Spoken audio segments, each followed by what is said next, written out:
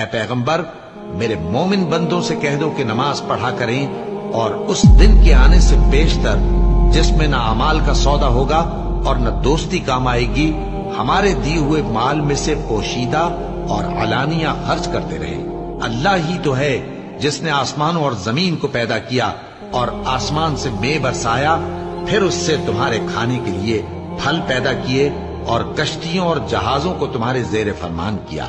تاکہ وہ سمندر میں اس کے حکم سے چلے، اور نہروں کو بھی تمہارے زیر فرمان کیا، اور سورج اور چاند کو تمہارے لیے کام میں لگا دیا کہ دونوں دن رات ایک ڈگر پر چل رہے ہیں، اور رات اور دن کو بھی تمہاری خاطر کام میں لگا دیا، اور جو کچھ تم نے مانگا سب میں سے تم کو عنایت کیا، اور اگر اللہ کے احسان گننے لگو تو شمار نہ کر سکو، مگر لوگ نعمتوں کا شکر نہیں کرتے۔ کچھ شک نہیں کہ انسان بڑا بے انصاف ہے۔